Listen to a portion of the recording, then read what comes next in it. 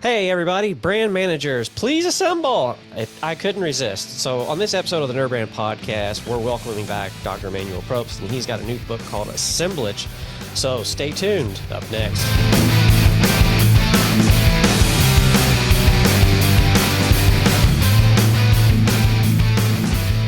Dr. Probst is an author, marketer, and brand strategist with over 17 years of experience, and he also teaches consumer marketing research at UCLA, and you can find him and his book at Dr. Probst. Would you like to share that? Where they can Thank you. Yes, you can find my new book, Assemblage, The Art and Science of Brand Transformation, on Amazon, of course. It will also be available at Barnes & Nobles and the likes. And importantly, you can connect with me on LinkedIn, and my name is Emmanuel Probst. That's how you can find me. To the best of my knowledge, I'm the only one. Cornered the market. That's a safe bet. Yeah. So, I wanted to get that up front so that everybody can kind of go there, get the book, read it. We got some things we're going to talk about from the book, I believe, a little bit here. And we want to thank you for coming back on the show. And we always, I want to just kind of jump into it and ask you what is assemblage?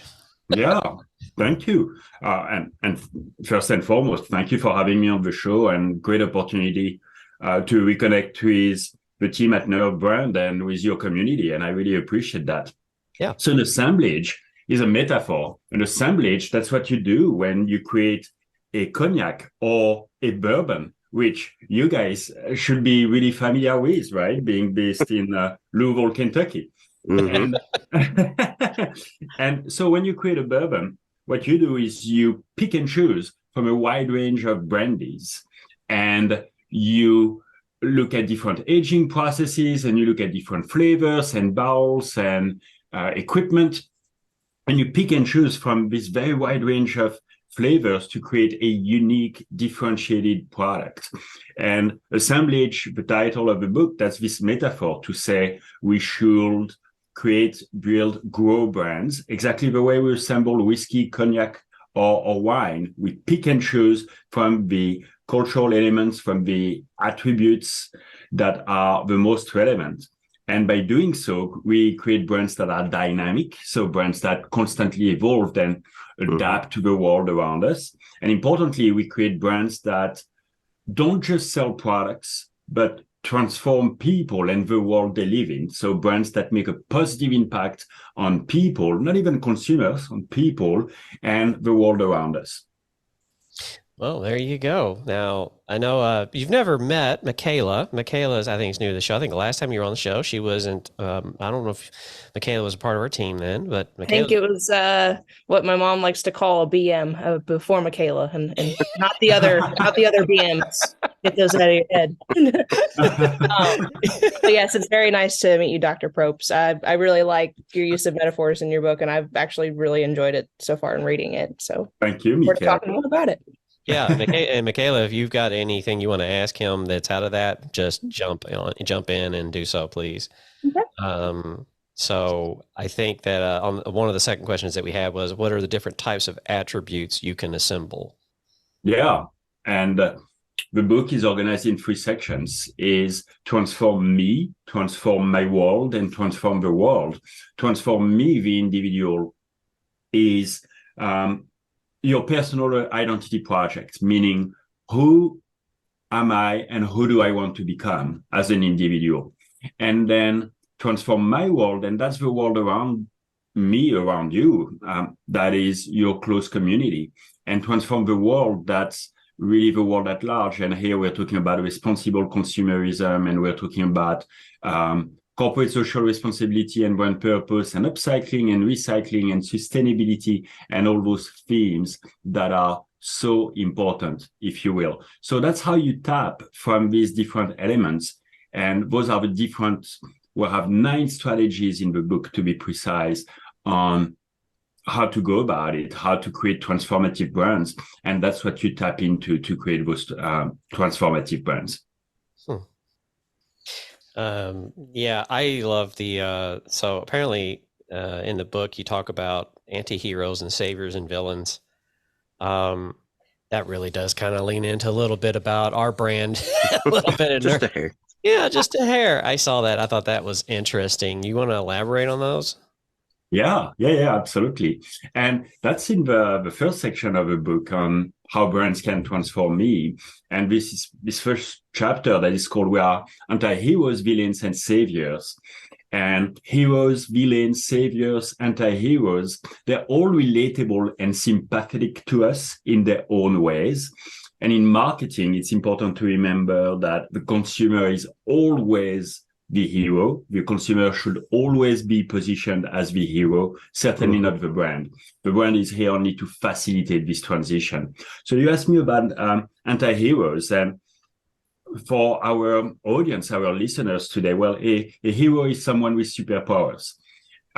Think of Batman and Superman, and they're great. They're not always very relatable because most of us cannot fly, okay? Or have $1 billion. I wish that too.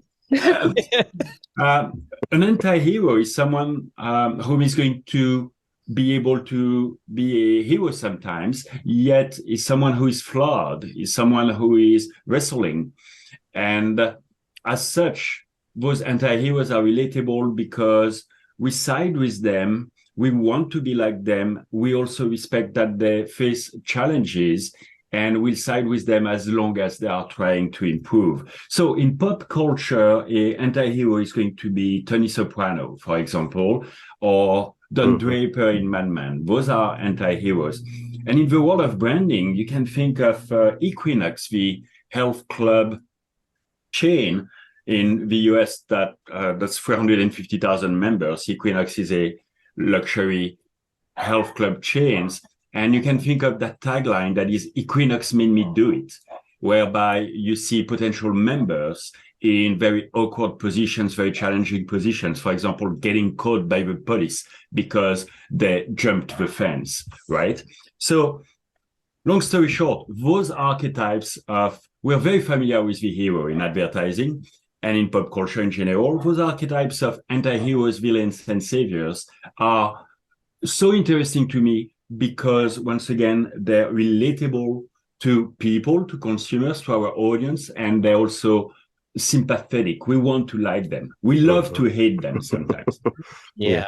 I think of it's kind of a weird one, but the show Dexter, and it's about a serial killer, but the backstory kind of brings you into this sympathetic view of him, and like you want, because he's out there so taking care of the bad people or the worst people.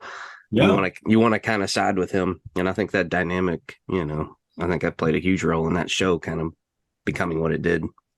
Oh, very much so. Less, I was going to say less dramatic reference because it doesn't involve killing people. Is Better Call Saul. Yeah, my bad.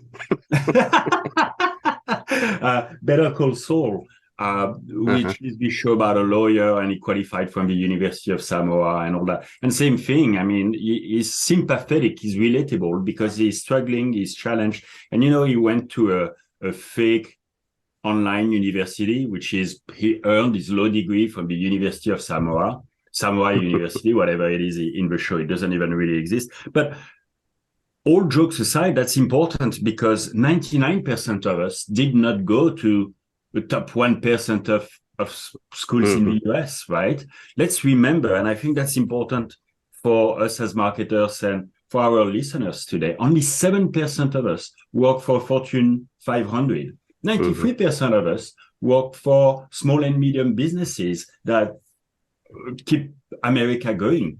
And by the way, 93% of us don't work for Fortune 500. And that means 99.8% of us don't work for Facebook or Google. And that's fine. And that's why I like to build books, and Assemblage in particular. Sure, we'll have examples of big companies and what they do and what they do well, and that's good. But also small brands. What can we learn from the smaller guys that's clever and cost efficient and impactful? Yeah, I've seen small brands too. I like to try to keep my eye on those, and I know John does as well, because you find like imagine what they could accomplish if they had more budget, but they did it with less budget, which means that I think they probably did focus on the right thing, which is like the audience. They wanted to connect. I kind of applaud them for that. So Michaela, you want to jump in for some questions for the doctor? Yeah, sure. Let me see here. Let's see, I'll go with this one here. You also believe that consumers have felt lonelier than ever. I've read part of that in your book, and I agree. Why and what can certain brands do about that to rectify it? Yeah, thank you, Michaela. And the point is, the more connected we are, the lonelier we feel. That is, we have access to devices and social media platforms and messaging apps and dating apps and have at it. Yet, we're lonelier than ever before because people struggle to communicate in real life and struggle to articulate their emotions and have social anxieties and so on and so forth. And here, what brands can do is help connect people in a genuine, authentic, meaningful way. And it's about empathy. It's about developing a unique relationship with people and between people. As such, people can communicate with consumers and help consumers communicate between them. And you can do so using data. And there's an example that comes to mind. There's a brand in San Francisco called Stitch Fix, and it's a direct-to-consumer brand that does clothing apparel. Mm-hmm. And those brands, what they know is they know before everyone else when someone's pregnant. That's because when you become aware of pregnancy, of course, most of the time you want to keep it a secret, yet you're going to need new clothing items so that you can hide your baby bump. And you are, through data, going to confide your secret to a brand. And that's a great opportunity to develop this ongoing, unique, meaningful relationship between the brand and the consumer, and to, as a brand, support you on this journey through pregnancy and through birth and raising a young child. Mm-hmm.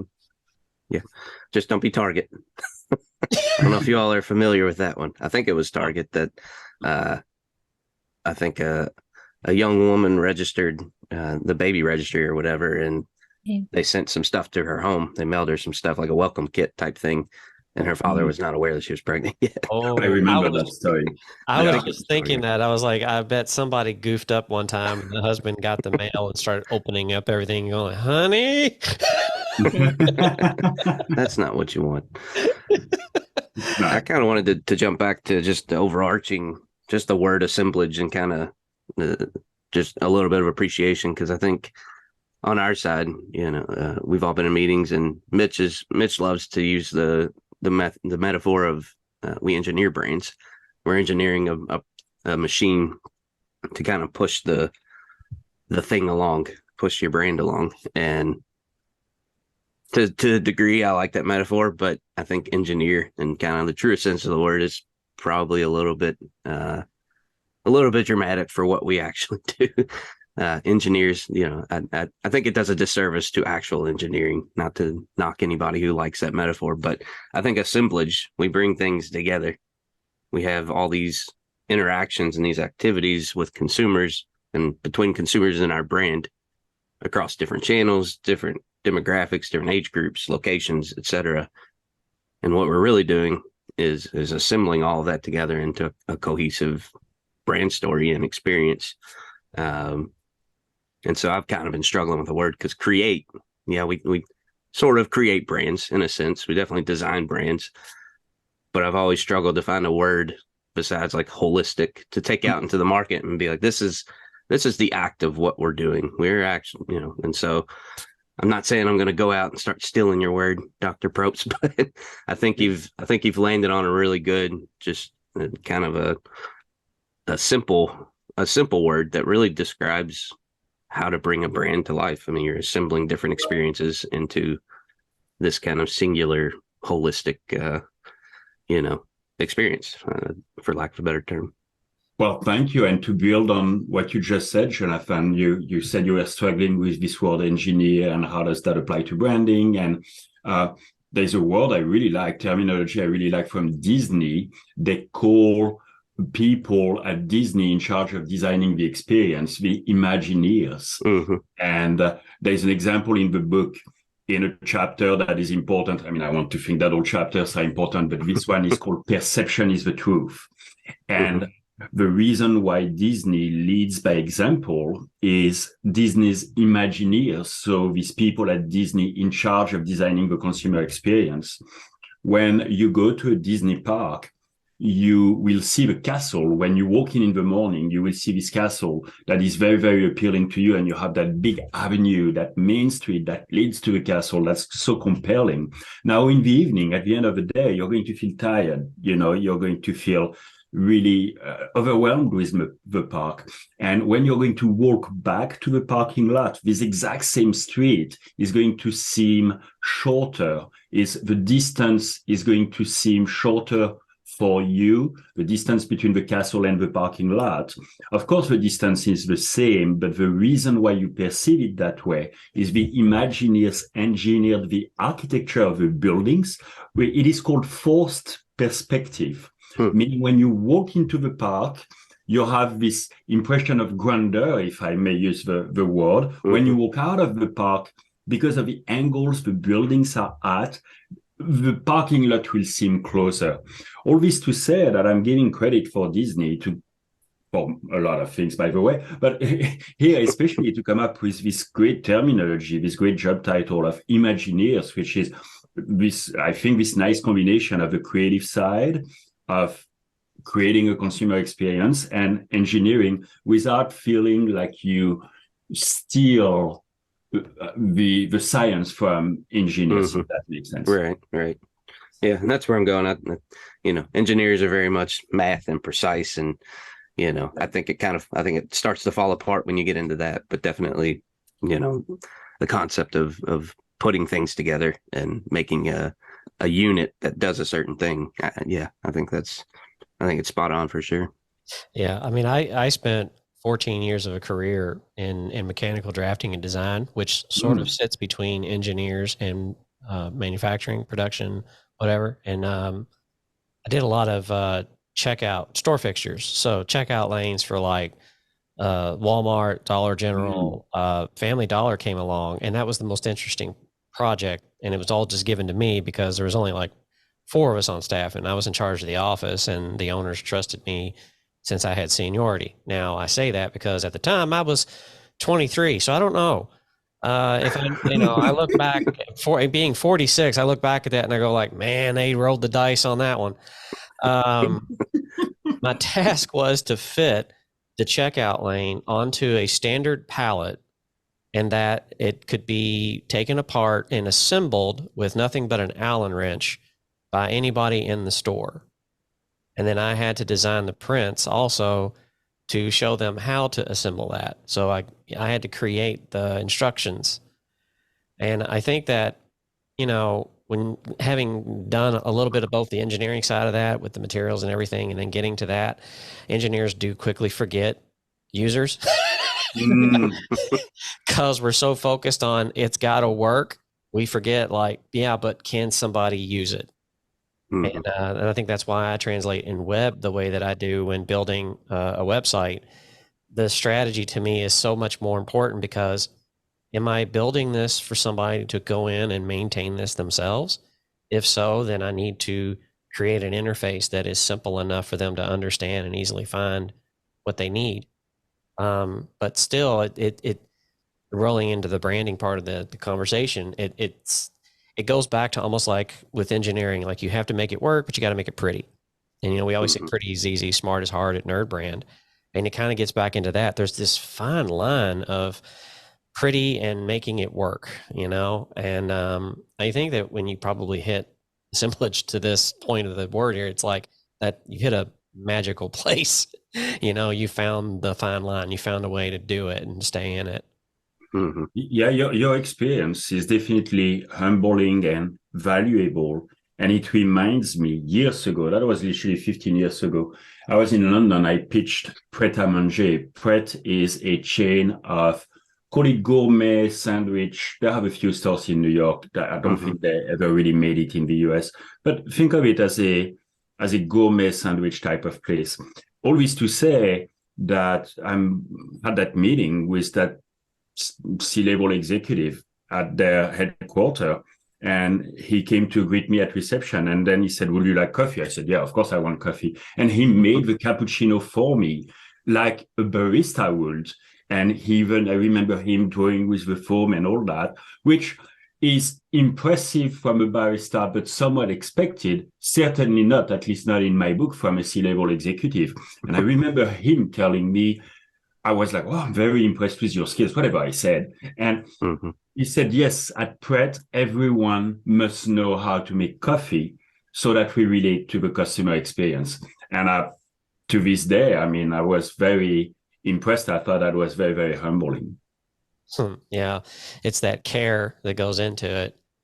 That's where the craftsmanship, I think, comes in. Yes. Well, and the intentionality of establishing that as an internal principle or value or, requirement of employment. That defines your experience, and everyone walking through that door, in theory, or I'm assuming, had a similar experience, even with different executives, different people within the organization. So that in itself kind of creates a shared experience between you and anybody who's ever, walked in there and pitched, which is interesting. Indeed. Yeah. I'm going to jump ahead to one of the questions that we have on here because it kind of stuck out to me. This one says, you say that Pharrell Williams can't read music and Jeff Koons doesn't even make his art pieces. Is it because you're jealous of their fame or their money? I would not shame you or judge you for either one of those. Oh. I'm giving you an honest answer. Why you said, are you jealous of their fame or their money? Why would I have to choose between fame and money? They seem to go hand in hand. I was just going to say the two do seem to go hand in hand. Yeah, both. Okay, so on a more serious note, you're referring to chapter 9 of the book, The Assemblage, that is, the artists we admire are talented, but not necessarily for the reasons we think they are. And as you referenced, Pharrell Williams, there is a transcript of his deposition to the lawyers of the Marvin Gaye estate in 2015. In this deposition, so this is not like whatever gossip that you read on TV. This is a recorded deposition under oath, yeah? And the deposition implies he ends up admitting that he doesn't know how to read music. And in a similar vein, a chef like Alain Ducasse or Gordon Ramsay, they don't cook. They haven't cooked for years. And they operate, Ducasse operates something like 70 restaurants. Jeff Koons has a full team of people working for him, Midtown Manhattan, and so on and so forth. The point being, what is humbling and what, in my opinion, is an inspiration for us marketing professionals is these people, their art, their talent is to have an artistic vision, to have an intuition. It doesn't really matter if Jeff Koons is the one painting the balloon dog. That's not the point. The point is to have that vision, to create it and to scale it, and then to call on the skill sets and the experts from different walks of life and different disciplines, different types of knowledge, and act as an assembler, as an orchestrator to bring this vision to life. Yeah, that right there is right on, because, one of the things that, we're both in mid-sized and small business. And in small business, sometimes when you're out there talking and you tell them I used to do web design and develop websites, you say that, or I say that, they think that that's what I do now, but I don't. I'm actually at a higher level of the strategy. I'm in that position now, and I'm going to get the talent that is needed because I trust their expertise, because not only are they more able to keep current on what's out there, but it's also the fact that I have the experience I can pass to them because I know they may not know. And it's like, it seems like it's like with Mitch, he's as a creative director, and yeah, he can do graphic design, but he's much more effective in a room with creatives. He's much more effective with copywriters and graphic designers and art directors than he is if it's just all on him. How would he be able to grow if it wasn't, or if he had to do it all, right? I just kind of struck a chord with me when you said that. So, because, it's a real thing to kind of like help people understand that just because you own a business doesn't mean you're doing the things I trust the team that I have to do those things. I'm just casting the vision. I'm just putting out there like, this is where we're going and how we got to get there. I'm relying on them to engineer it. And I can think here again of so many analogies, so many metaphors. And you think a sommelier, for example, in a restaurant, doesn't make the wine. That's not the point. The skill of a sommelier is to understand how the wine is going to evolve over time to make an informed recommendation, which is exactly what you're describing. And Ipsos is a pretty large organization. We're in many markets. We have 17,000 people total. And in a similar vein with what you just said, can I write a questionnaire? Sure, I can write a questionnaire for you. That said, I know hundreds of people at Ipsos that can do it, I was going to say as well, but frankly, better than I could. So my value add is not to write the questionnaire, but to provide the guidance on what is the right research design so that we address your business objective, and to craft a research solution that is very custom. Yeah. Exactly like you do websites, right? Yeah. That is very custom to the needs of our clients. So yeah. I'm with you right here. Yeah. Yeah. There's been discussions in the small business community that they're slowly awakening to quality over quantity, because they realize that quantity may add to the bottom line on the balance sheet, but the hours they spend for that, it's not coming out for them. They're tired, in a world of anxiety. And it's because, there's a lack of understanding of how to delegate and to delegate properly, and also how to look for like the better, frankly, better customers that have repeatable business that can continue to pay you over and over, and that will allow you to move into that position of being like the conductor in front of an orchestra rather than the guy in the seventh row playing the violin. Mm-hmm. I think it's that they kind of lack a framework, and it's natural when you start a business to lack that framework. It's all new to you, and delegation at the beginning isn't an option, frankly. Yeah. You have to evolve, and you have to have a vision of yourself kind of as an individual of like, eventually I'm going to be an orchestrator or an assembler.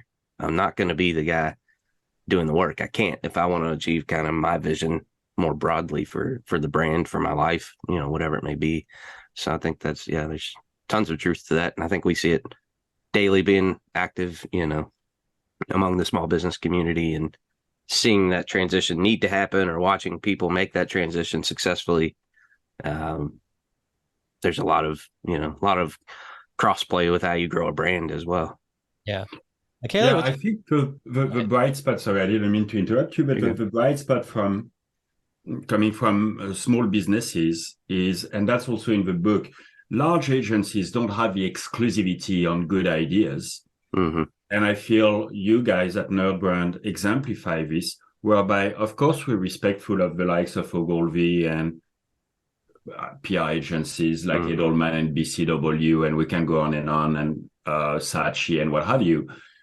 Look, these are great, but there is not necessarily a strong correlation. In fact, there is not necessarily a correlation period between the size of the agency and the quality of the idea. That's something that really influenced me from David Ogilvy to say senior executives don't have the exclusivity of their good ideas.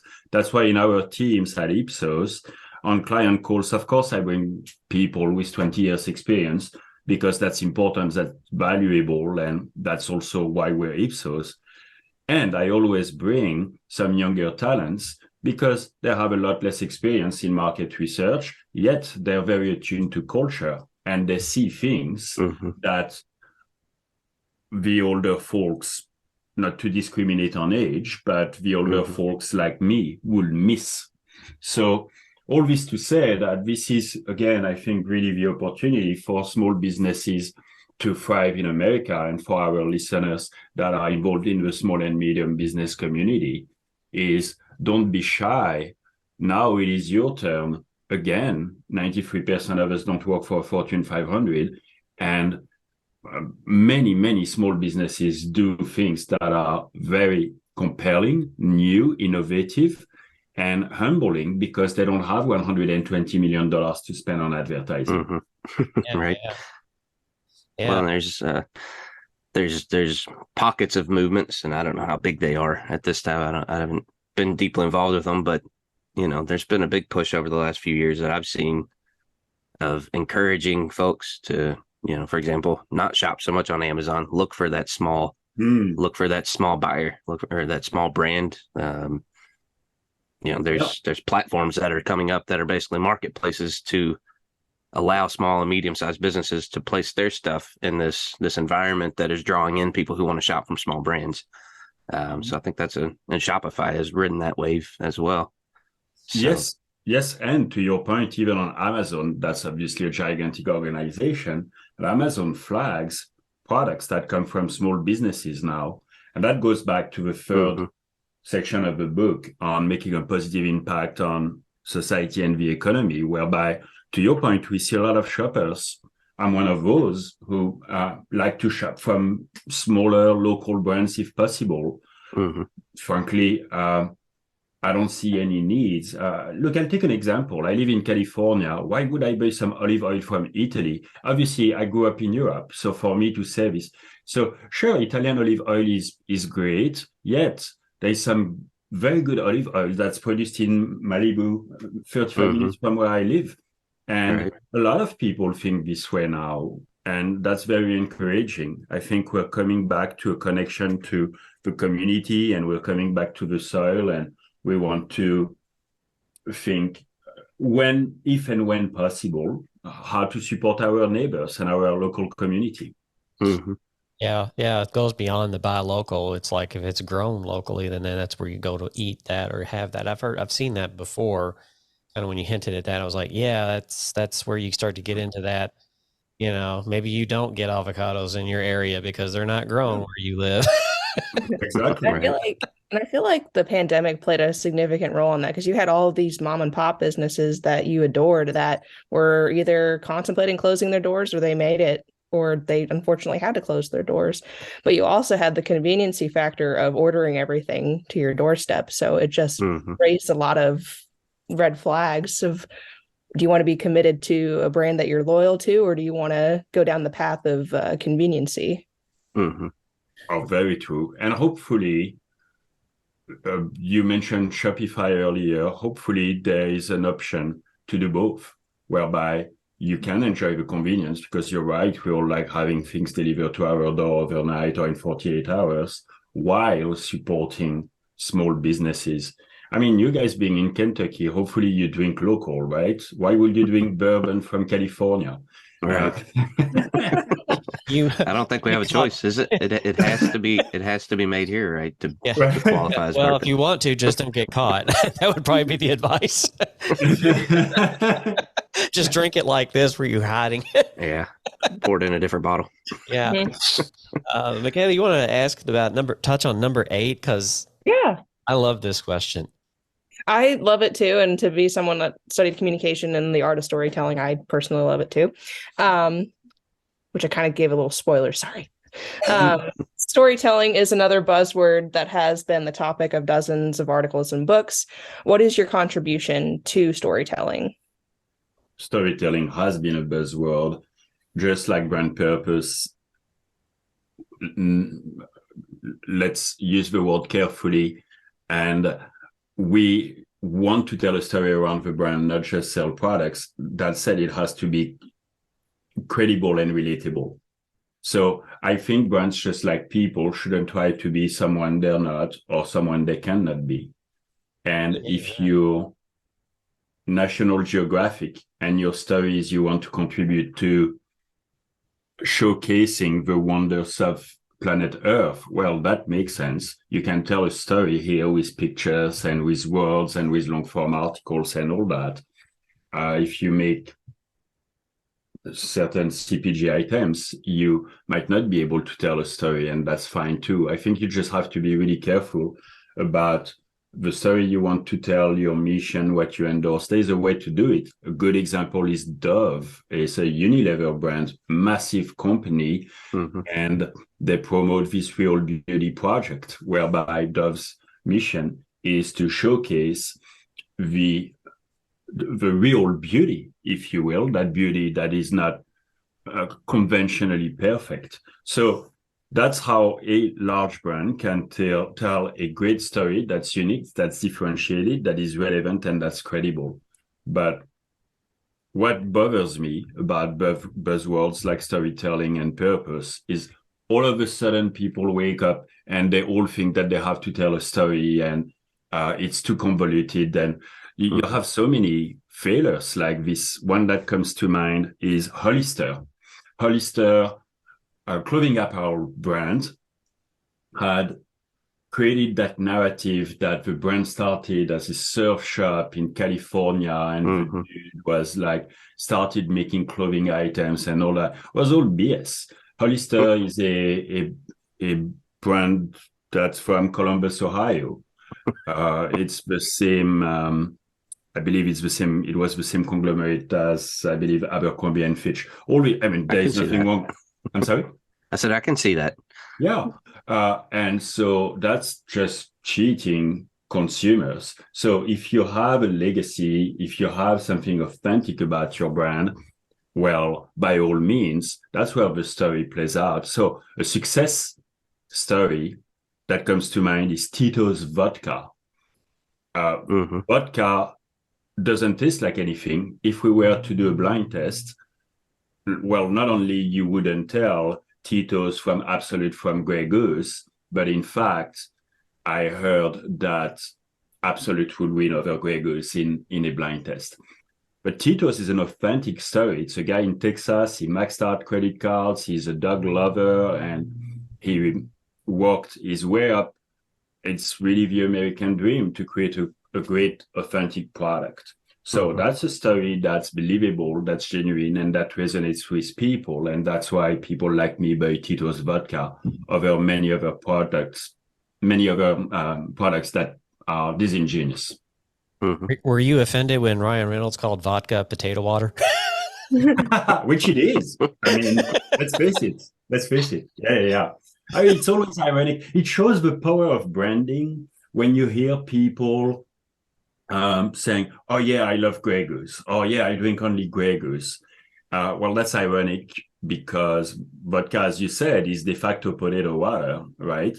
And then you have so many things that is going to impact your perception of vodka. Meaning, is it a glass? Is it a solo cup? What about the ice cube? The ice cube is going to change the flavor of the vodka. And then if you add some mixers, even if it's lime or lemon, forget about it. I mean, there's just no way once you added anything in that vodka, soda water, whatever you want to add, you tell the difference between any of them. So it shows the power of branding when you hear someone say, oh, I really love Grey Goose. Well, or any other brand, fill the blank. Yeah. That's just when somebody brings up vodka, I think of that Aviation Gin commercial where he was like making fun of that because, category wars. Yeah, my brain goes to weird places on certain keywords, and sometimes I can't help but say it, and I shouldn't. It's fine. So I guess to conclude, so can you tell us one thing that will inspire us to become better assemblers? Yeah, now it is your turn. Step in. What I can tell you is no matter if you've been in the industry for 25 years or if you've been out of college for 25 months, you can make a difference. It doesn't matter if you work for a very, very large agency or a very large brand like Airbnb, or maybe you work for a boutique hotel that operates 30 rooms, or maybe you work for a boutique agency. So do not think of limitations in terms of the size of the organization and whatever your job title is and all that. That's not the point. The point is you have a voice, you have an opportunity to contribute. and you should step in, you should lean in, and you should take some risks. Yeah, I love taking that approach when we have, candidates that we employed. Because everybody always tells me like, oh, you got to write a job title and you got to write a description. And I'm like, yeah, I know there's that to put the framework there, but at the end of the day, job titles are just titles. Michaela started out with one title, now she has another title, but she really is in that what you just described. She has a voice, she has ideas. That's what I really want, even though she can get stuff done. I'm bragging on you, Michaela. Yes. Because, when she came into the organization, I think about 9 months ago, we've just seen her evolve. And one of the funniest things that I still remember was telling you, Michaela, that, yeah, your job title is that, but you're also co-host of the NerdBrand Podcast. So I went through this long list, Dr. Probst, about like, hey, Michaela, this is what you do. And all she caught was, I'm a co-host of a podcast. It's like, yeah, you have a platform now to say something. I can speak up. I'm in reference to your book, Dr. Probst. I'm a master blender. I'm a brand manager now. That sounds perfect. That sounds like a great title. But to your point, that's really the value add. I hear you. And what I mean by this is, sure, you can work your job description, but that's when you start being commoditized, in my opinion. If you're a brand strategist, you can be a great brand strategist. There's nothing wrong with this. Now you compete with dozens of thousands of brand strategists in the United States. But wait a minute, you're a brand strategist and you're also the co-host of a podcast. See, now that's interesting. Now it becomes differentiated and quirky in an interesting way. Oh, yeah. Happens all the time when we go into a room and then we mention that, oh, by the way, we do a podcast. Because the NerdBrand story was a podcast first. It didn't really become an agency until 17, 18, 19, 20, 4 years later. I had to count on my fingers there for a minute because I was like, oh, wait a minute. Wow. But yeah, this will be, for listeners, this is episode 146, I believe. And so, we're always like brainstorming together on how to create content. I mean, NerdBrand is not just a branding agency that does like what you described with the strategy and everything. It's like, you got to make content, and we look for ways to differentiate ourselves as much as anyone else. And I think to our own surprise, this podcast, we saw the ship turn. I think, Jonathan, wasn't it about episode 50 in 2020? Yeah. And because I think there was some trepidation with Mitch about podcasting. It took a little bit for me to sell him on that to do this. And then, John, I think you had a bit too, but then as the marketer, and he was like, hold on, there's a whole thing. There's millions and millions. Like there's so much opportunity here to communicate a brand and to talk about it and share. So it's a platform, and every brand needs it. Every creator needs it. It's a platform to show who you are, and that's it. Yeah. I mean, you got to be authentic in that way. Yeah. You have, and we can come back for a second to Michaela's point on storytelling. It's a long-term game, whether it's podcasting, creating a story, or writing books. What's rewarding is, we all know this here, it's rewarding in the long run, because 2-3 years down the line, people will reference an episode, or will reference your podcast, or will reference your book. It takes a long time to build it up. And that's also what's important to keep in mind when people want to engage in storytelling. Okay, have at it, but understand that this is not an immediate result like advertising on Instagram, on Facebook, on Google, and driving traffic to your website overnight. Conversely, if all you do is drive traffic to your website overnight, you will not have a brand in 2 years, in 3 years. So that's also an important watch out. I'm saying this in a positive way. This is not negative at all, but it's something people have to be aware of. They have to be prepared to make the time, investment, and effort for the next 2 to 5 years to develop this story. Yeah, absolutely. We've had people that they want to know the ROI on podcasting, and it's like, well, 146 episodes in, let me tell you, but you know how many weeks are in a year, and we do one show a week. The math is simple. This show's 3 years old. Yeah. Right. Yeah, I hear you loud and clear. We could talk about the ROI on books, but that will be a conversation for another day, or I can make the conversation very short for you. Yeah, I have a feeling that with the way that your expression when I said ROI, I was like, oh, he gets it.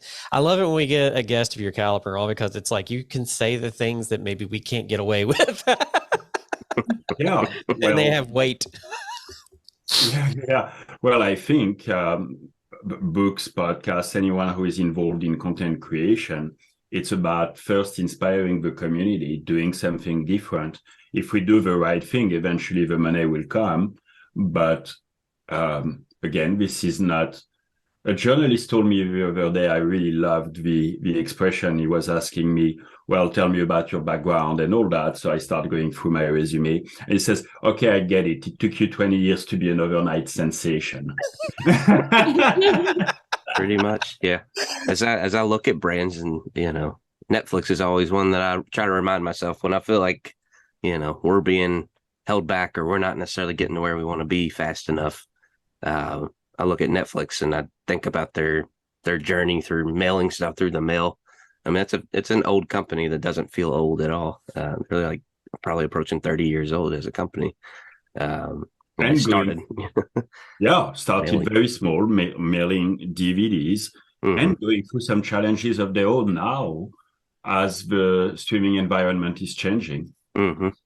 So that's Netflix is both a compelling story leading by example and also a humbling story of a brand that was in a blue ocean space for the longest time, because the fact is they created the market for streaming, and now things have changed because we have Amazon Prime, we have Disney Plus, we have a bunch of bundles that compete with Netflix, and of course it's still a very strong leading brand that we admire, yet facing different challenges today than they did 7 or 10 years ago, for sure.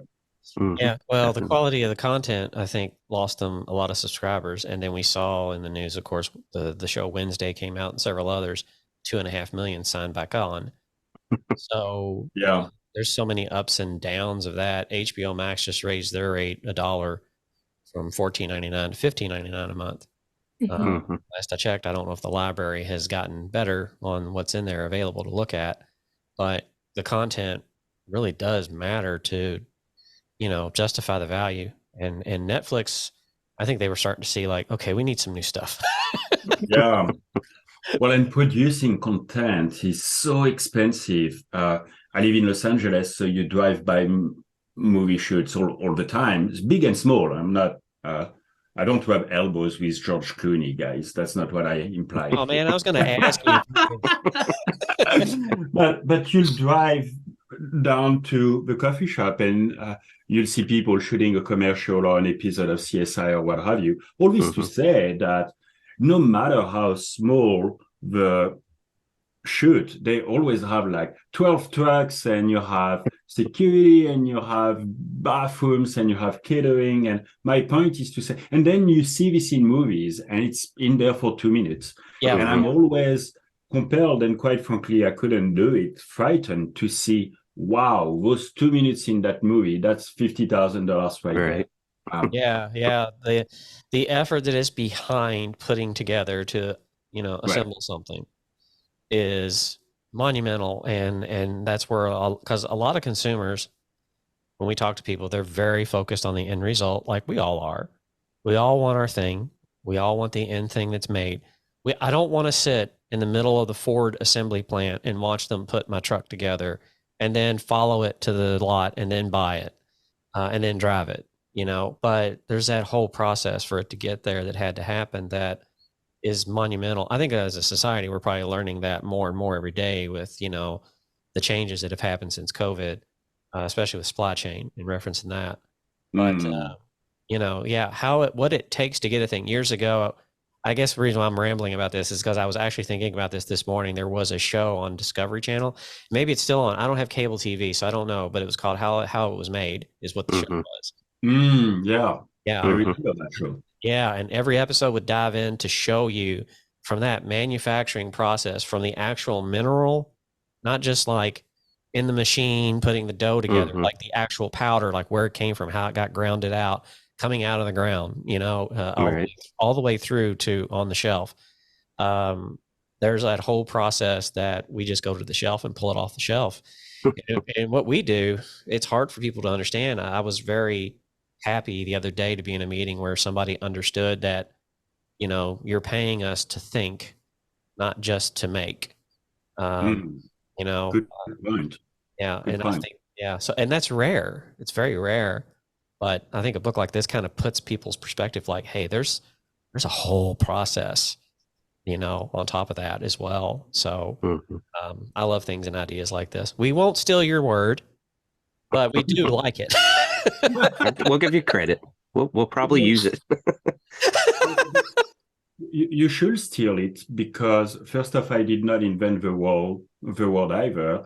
And as part of the book, there is this guidelines I give to readers: copy, transform, combine. That is, you do not have to reinvent the wheel. There is a whole section in the book about you do not have to reinvent the wheel. Your talent as an assembler is to remix existing ideas into something new.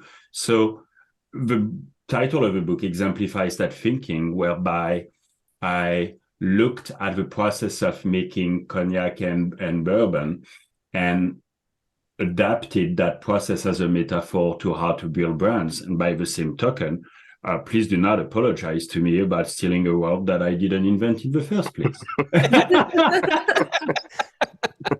Anytime I'll use it, I'll say, buy this book. Yeah. Speaking of which, to kind of wrap up here, you can find Dr. Probst and his book at I always say www because in web development, that's what we do because we're lazy. www.emmanuelprobst.com. We'll provide this. This is going to be our first video podcast since July. Yeah. So if you're watching this on YouTube, it'll be down in the description for you to click on.